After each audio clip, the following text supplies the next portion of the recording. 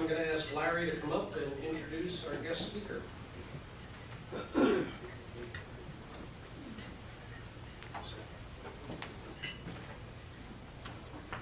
Well, each year we try and get somebody here from the city of Lacey to kind of update what's going on in the city. And today we have Ryan Andrews. He's going to update us on the Lacey Comprehensive Plan. I'm going to tell you a little bit about Ryan. Some of you may remember him from last year when we talked about sign ordinance. He's a planning manager for the city of Lacey, where he's been for over 10 years now. In that time, he's worked on a variety of long-range planning issues, including comprehensive planning, regulation, and code development, and sub-area planning, including project management on the city's Woodland District Strategic Plan, which won a Governor's Smart Communities Award. He also worked on the implementation of the city's vision through managing often complex land use permitting projects and development. Brings to this position experience in county and small town planning in Western Washington because he previously worked for Thurston County and the city of Westport. He's a graduate of Washington State University with a degree in landscape architecture. So let's welcome Ryan. He's going to update us on what's going on in the city of Lacey.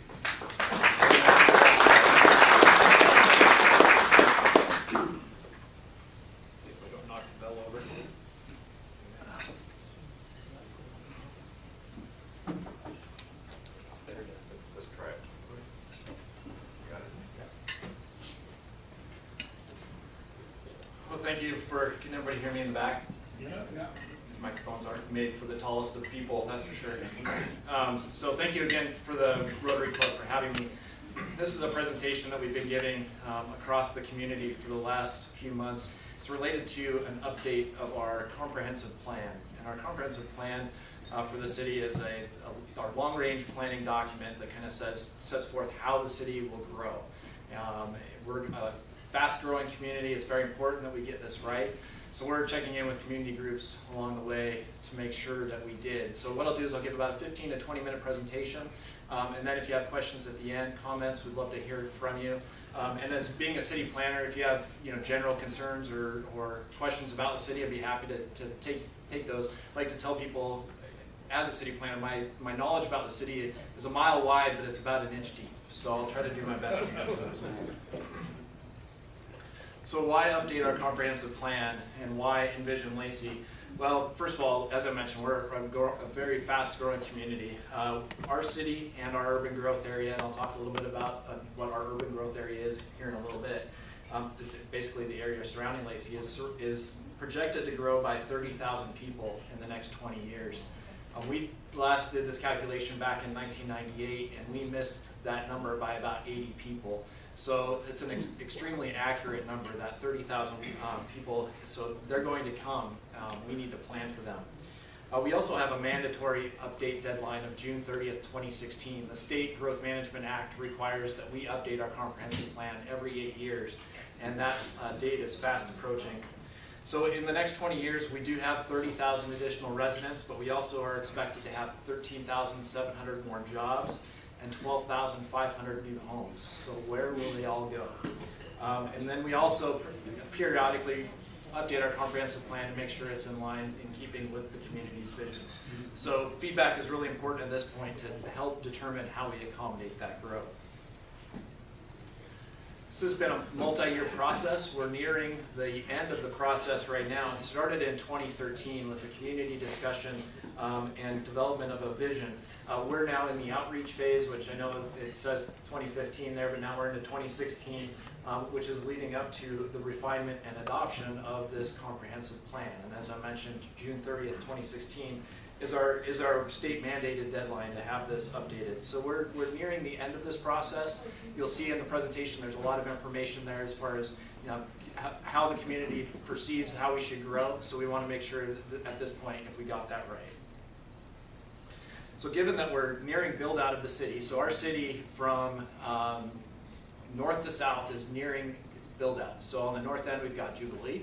On the south end we have Horizon Point, and everywhere in between is essentially built out. So we're going to accommodate this population in a bunch of different ways and have that job growth that goes along with it. And We do this by providing a balance of land use activities, promoting the overall quality of life, while protecting environmentally sensitive areas to make Lacey a great place to live, work, shop, and play. So how do we do this? First, in talking about our quality of life, ensuring our full range of employment, housing, educational, shopping, and recreational opportunities are available, so Lacey residents don't have to leave Lacey for these needs. We often hear from residents that they can't do some of the day-to-day things they need to do without leaving our city limits. The other part of this is to make sure that our workforce and our workforce of tomorrow receive education and training by working with our high schools, St. Martin's University, South Puget Sound Community College, to make sure that our programs are matched with in-demand skills. JBLM is an important partner with the city, especially through our South Sound Military Communities Partnership. We need to make sure as a community that we're providing housing, business, and recreation needs for those that are maybe active duty veterans or their families. Economic development is a very important part of what the city does. It's how the city pays its bills.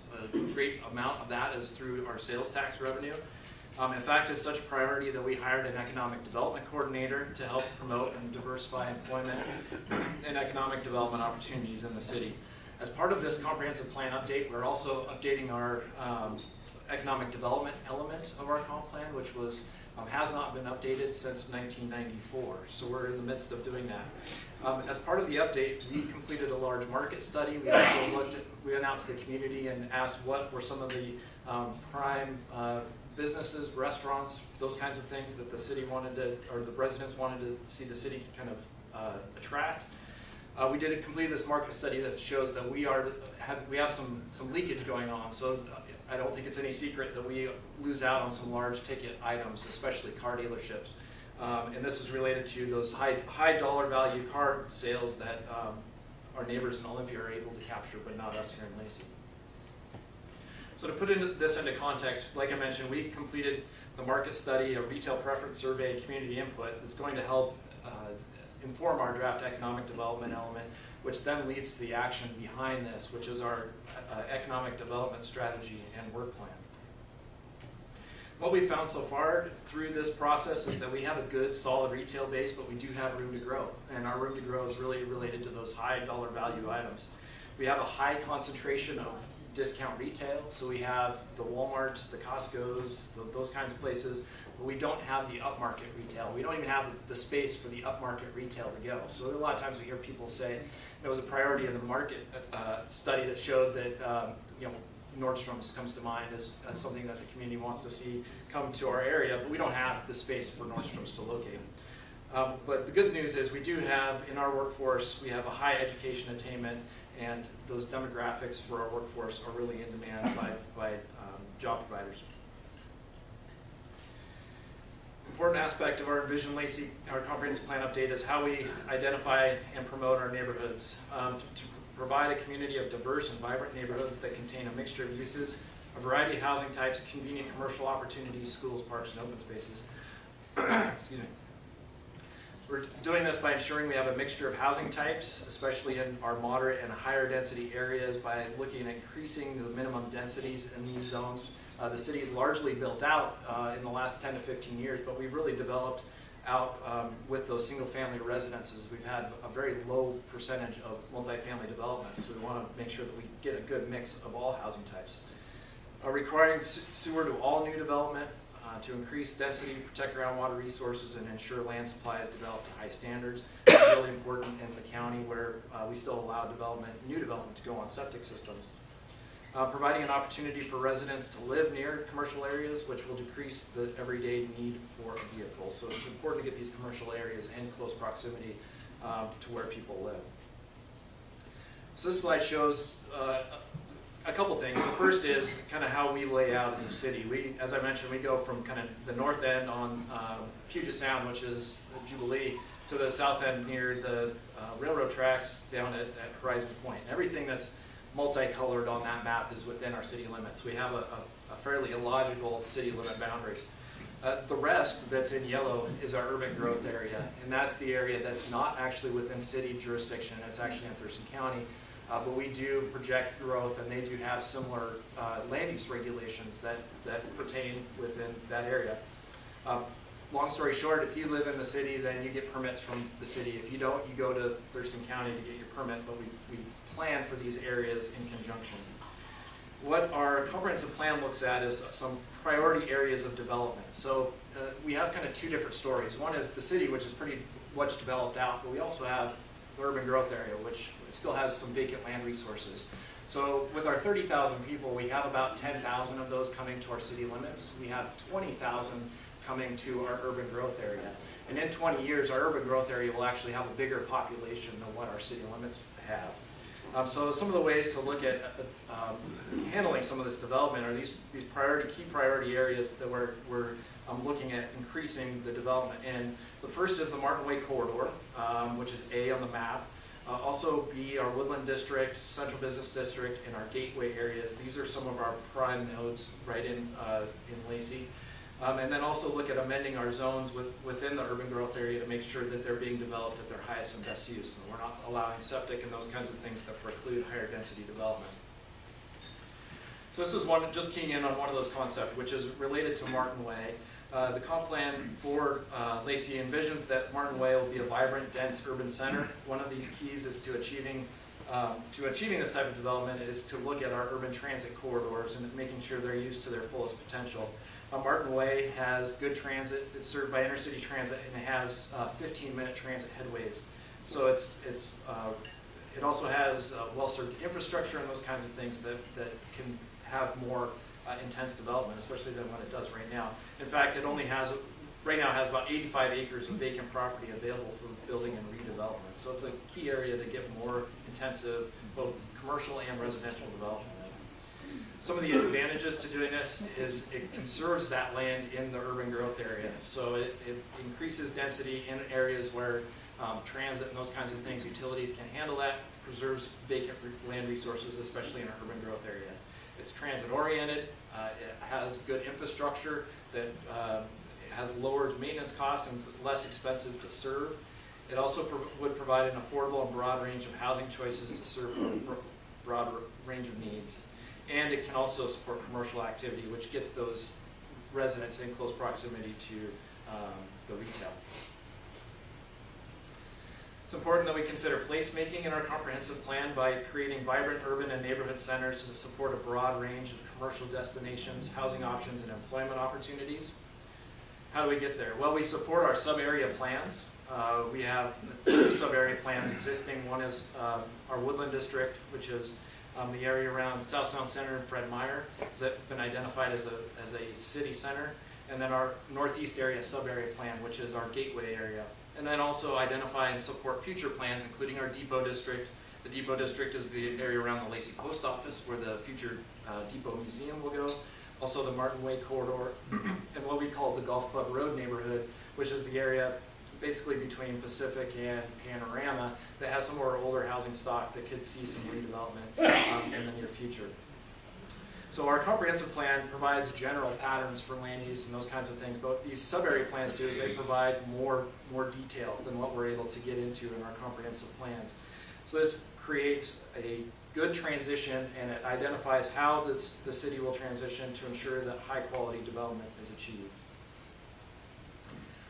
We also provide a mix of uses close to neighborhoods to enhance their character, desirability, functionality, and reduce the dependency on everyday use of a vehicle.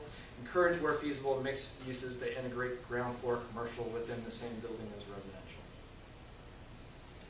Transportation is another important component about how we accommodate this population as we grow. So we ensure that we have a coordinated street system that encourages all modes of transportation, including transit, pedestrians, bicyclists, and vehicles. We're not saying everybody needs to get rid of their vehicles. I think that's obvious that we are a community that we are built on our major arterials and corridors, but demographics are showing, especially younger people, want more transportation choices. We can also do this by encouraging more mixed-use development, increasing density, housing types, and utilize our flexible parking requirements.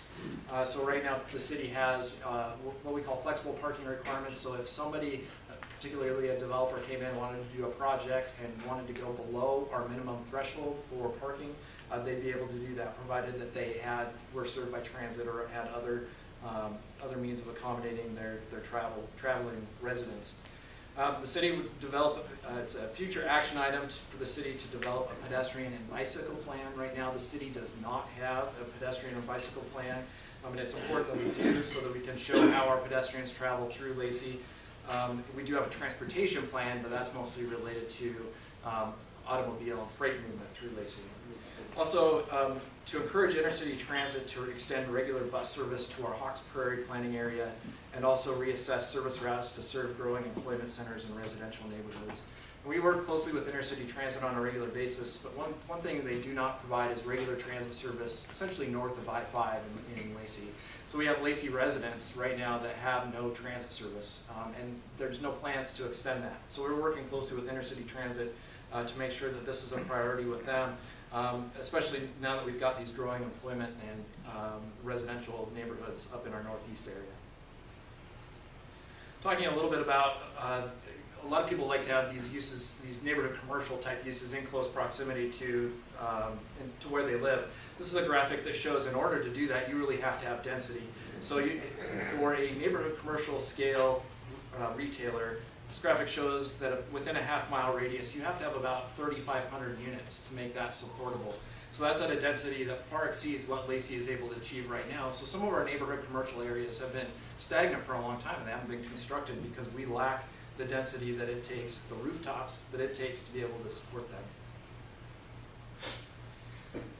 We do this with the environment in mind by preserving and enhancing the natural environment to reflect the quality of life that we all associate with the Pacific Northwest. We protect our urban forest resources through our urban forest management plan to make sure as we grow that our urban forest canopy is retained. But we also amend our development code to make sure that we have a 200-foot buffer around all sides of Woodland Creek. Right now there are certain areas of Lacey that Woodland Creek does not have the same protection. And then also adopting our carbon reduction and resiliency plan to reduce our carbon dioxide emissions. So what this CR2 plan is that it's a plan that shows how by 2020, Lacey as a community will reduce our emissions 15% below our 2005 level. We've already done that related to our municipal operations, but we have not done that as a community as a whole. So we went out to the community this last summer and asked, what are these high priority items as far as how we can reduce carbon dioxide emissions in our community? I'm not going to read every one of them, but these are some of the ideas that the community came up with as far as their highest priorities in order to reduce our carbon dioxide footprint. Looking at agricultural lands that are in our urban growth area, making sure that they are zoned appropriately. Agricultural lands are designated usually for our rural areas and not within our urban growth area where that area is supposed to densify and intensify in development.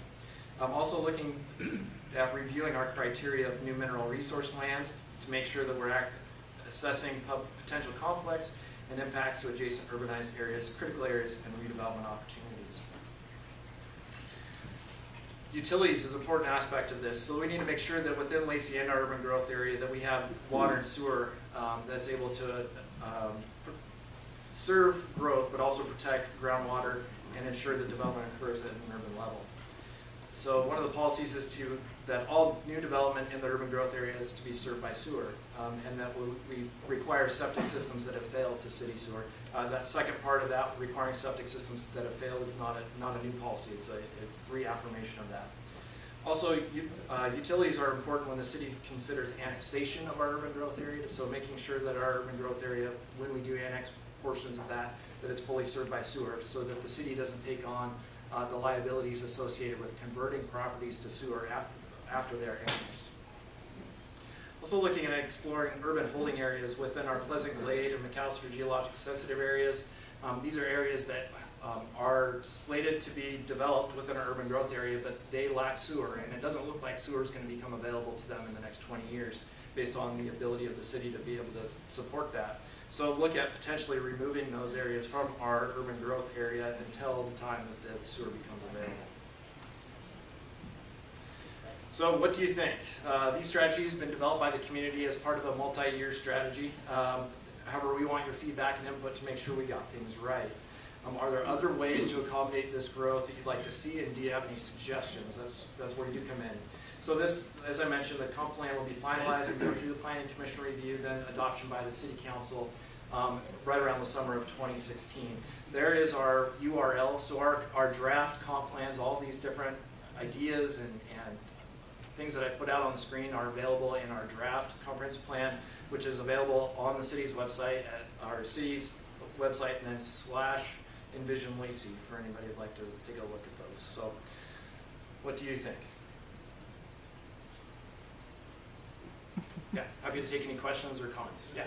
A question in terms of strategic development and quality of life. I didn't hear anything about parks, arts, or cultural centers in this. Is that a separate program? It is, yeah. And Lori Flem, your Rotary member, is our Parks Department director, and we have a separate comprehensive plan just for that, and it's called our Comprehensive Plan for Outdoor Recreation. And that is not being updated with this process. So we do have a plan that oversees how the city will grow, level of service related to parks and open spaces and those kinds of things as well. I would encourage that the city look at it not just in terms of park, but arts and cultural centers to attract people, add to the quality of life. Cool. Good idea. There's a lot of dirt moving and stuff going on Britton Parkway. Can you explain what some of those are? Sure. So somebody asked me about that earlier. So on Britton Parkway, we have south of Britton Parkway, adjacent to Miles Sand and Gravel. That is basically apartments, multifamily residential. I'm not exactly, I want to say in the neighborhood of about 300 multifamily units on that. On the opposite side of Britton Parkway, so on the north side of Britton Parkway, is single-family residential. So those are some single-family residential subdivisions. And then the Nisqually tribe, which owns a bunch of property in that area, they own a piece, the old gas station that's across from the Mayan is, they tore the gas station down. The building, that's in tribal trust land now, so that's kind of their own sovereign property. They are developing that as a drive-through tobacco espresso type thing. Yeah. Any plans that you might be aware of for the properties surrounding Cabela's out there? I know Mr. Tebow had these big plans, but that all kind of went away. Trevo, yeah. Yeah, so that property is all owned by the Nisqually tribe.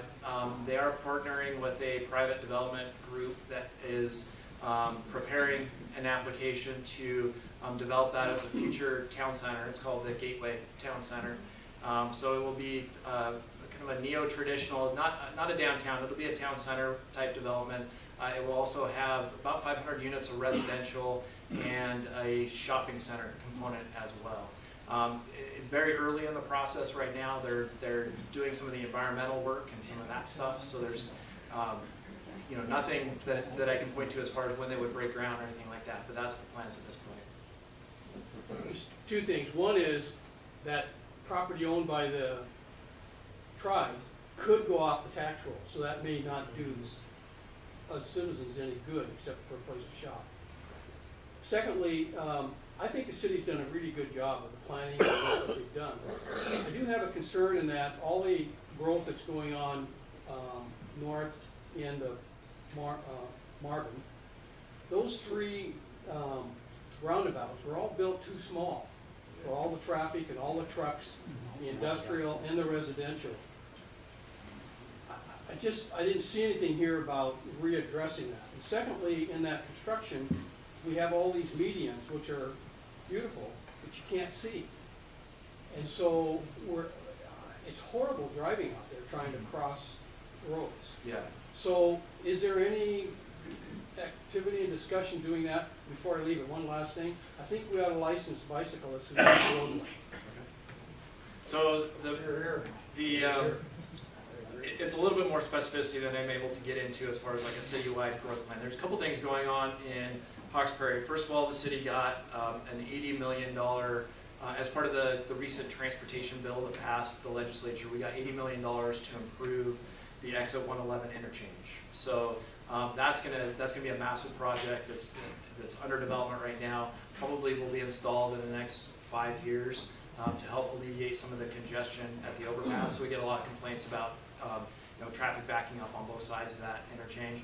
So that's a big project that's going to be happening in the near future. Also, you talked about the trucks that have some of the moving conflicts. One of the things that will be installed here in the next little bit is a truck dedicated route that would take trucks as they're traveling southbound off I-5, take them on their own dedicated route kind of behind the Mayan, so they would actually get off the off-ramp, go behind the Mayan, and then up Hogan Bay into the industrial area. So that's gonna take some of the trucks off the road. And then also associated with the Gateway property, there will be some dedicated lanes that would go directly from this new interchange directly into the Gateway property. So those, I agree with you, those roundabouts are not sized to handle the kind of traffic, but there's alternate routes. So with Hawkesbury is not built out as far as the transportation system goes yet. So some of those improvements will be installed here in the near future that will help alleviate some of those In concerns. the medians, can we get low? I'll make a note of that and pass that along to our transportation people. It's horrible. A lot of it is, the council, when those details were made, prioritized that they look nicer than what anybody else was doing. And I'll point to a specific example, which is the roundabout at, I think it's Marvin and Pacific, or Marvin and Pacific, which is just basically a brick pattern in the middle of a roundabout. It's just kind of, nothing there. The council saw that at the time and said, we don't want that. We want to have our roundabouts be some kind of amenity.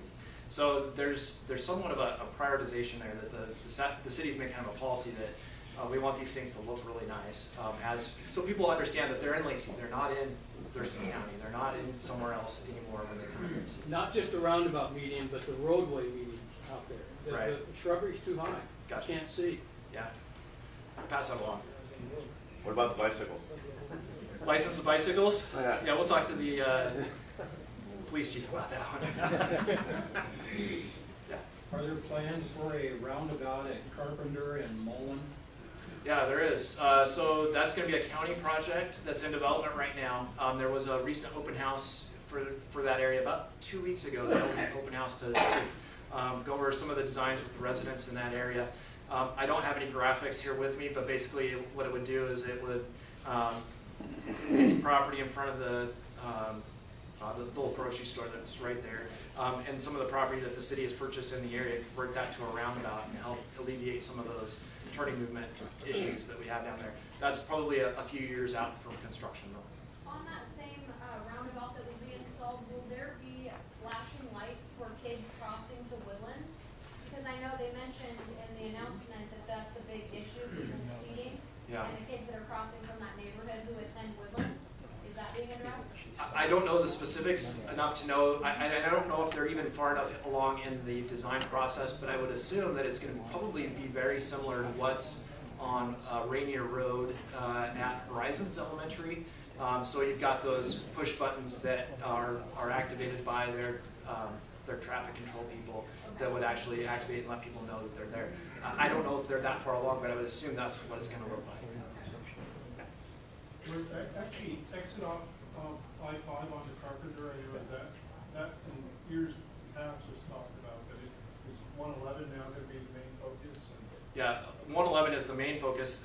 So the city, as part of that exit 111 interchange study, studied the off-ramp at Carpenter Road. That study basically, so the federal government has to approve it because it's an interchange off their federal highway system, and they basically nixed any kind of interchange at Carpenter Road. The reason being is that they weren't convinced that local people don't use the interstate to interchange hop. So they think, well, until you've got your road system fully built out, don't come to us trying to alleviate your local traffic concerns. So what they don't want to see is people getting off or getting on the interstate at exit 111, getting right back off on Carpenter Road. So I would say it's, maybe it would happen in my lifetime, but not in the near future. Yes. Of the 30,000 people that are expected to move in, and I think you said the next 20 years. Yeah. From an economic development standpoint, where are those people expected? Do you have a sense of where they'll be working? Are they expected to be working in Lacey, or are they going to become commuters? A mixture of both. We do have a market analysis that shows, you know, what we've got is we have a very, at least in Lacey, a very service-based economy. So we've got, you know, the retail jobs and those kinds of things, but what we don't have is we don't have those big, you know, the Intels and those kinds of things that provide those, you know, family wage jobs. So our focus is really on those family wage jobs and how do we get people that might locate elsewhere to come here. The good thing is we do have an attractive employment base that's fairly well skilled, especially coming out of JBLM. So what we're trying to do is, through our economic development coordinator, his task is actually to go out and recruit some of these people to come to our area. The good thing is we have a lower cost of living than Seattle. We have, you know, lower per square footage rents than Seattle. So what we're trying to do is find those nuggets that might be out there. Somebody that may be looking to locate in Seattle, but we can convince them to come to Lacey, maybe help push them over the top. Right. So service-based jobs, at least in the short term, is what we see until we get some of these, you know, other things happening.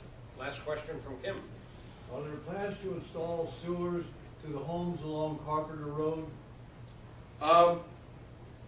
Specifically, what part of Carpenter Road? Carpenter Road is pretty long. Montebello? Montebello, no, not Montebello. One of the priority areas, maybe it'll come back on, is around our area lakes. So like Hicks Lake in the area of Montebello, Hicks Lake doesn't have a lot of sewer service yet. So what you might see first is the city install sewer around Hicks Lake. That's going to be our first priority area before we serve someplace like Montebello. So yeah, not any short-term plans to do that. Our short-term plans are more about protecting water quality around our lakes. So it's going to be probably, if it's going to come to your area or Montebello, it's going to be around Hicks Lake first. Okay. Very good.